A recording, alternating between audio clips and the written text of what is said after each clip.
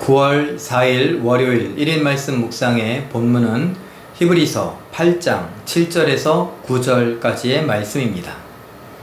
저 첫 언약이 무음하였더라면 둘째 것을 요구할 일이 없었으려니와 그들의 잘못을 지적하여 말씀하시되 주께서 이르시되 볼지어다 날이 이르리니 내가 이스라엘 집과 유다 집과 더불어 새 언약을 맺으리라.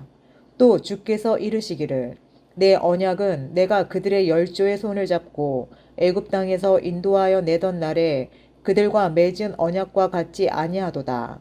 그들은 내 언약 안에 머물러 있지 아니하므로 내가 그들을 돌보지 아니하였노라. 아멘.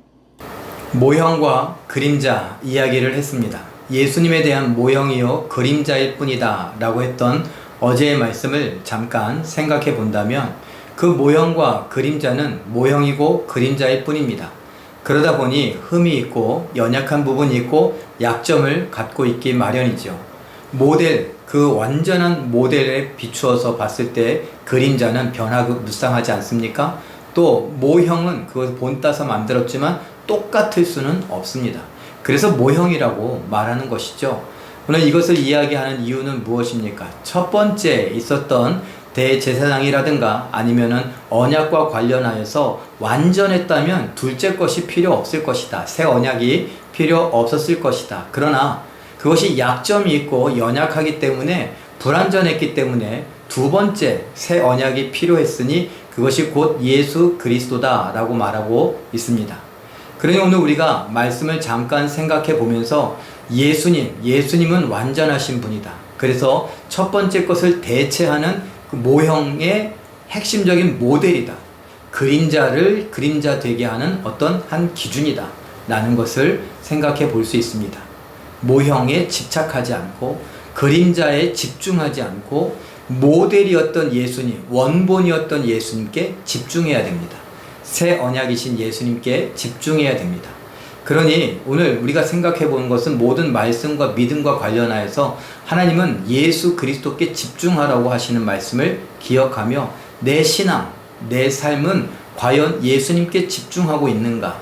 예수님께서 언약을 어떻게 다루셨고 예수님께서 구약을 어떻게 해석하시는지 그리고 예수님께서 하나님의 마음을 어떻게 소개하고 있는지 그 마음을 이루기 위하여 어떻게 사셨는지 그리고 그 예수님을 본따서 또 살아가고자 했던 제자들은 예수님의 어떤 모습을 어떻게 닮아가고 있는지 우리는 성경에 기록되어져 있는 것들에 집중하여 생각해 볼 필요가 있습니다.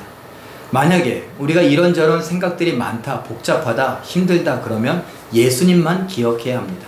예수님만 본질이고 예수님만 원형이고 예수님만 진짜이기 때문입니다.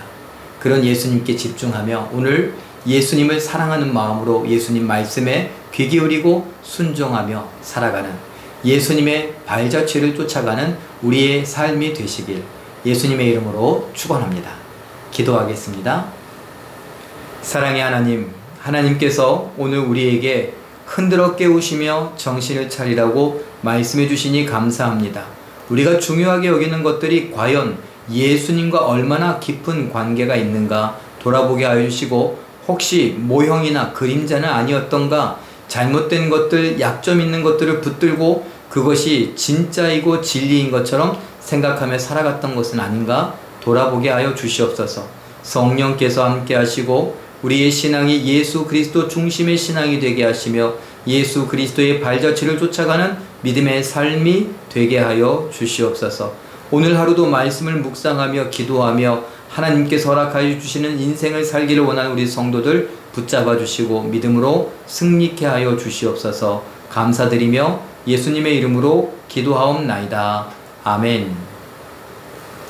잠깐 기도하실 때에 예수님을 생각하게 하는 수많은 모형과 그림자에 얽매이지 않고 예수님 안에서 참 자유를 누리게 하옵소서. 이렇게 기도하시고 오늘도 말씀과 기도로 승리하시는 기적의 주인공들 되시길 예수님의 이름으로 축원합니다. 사랑합니다.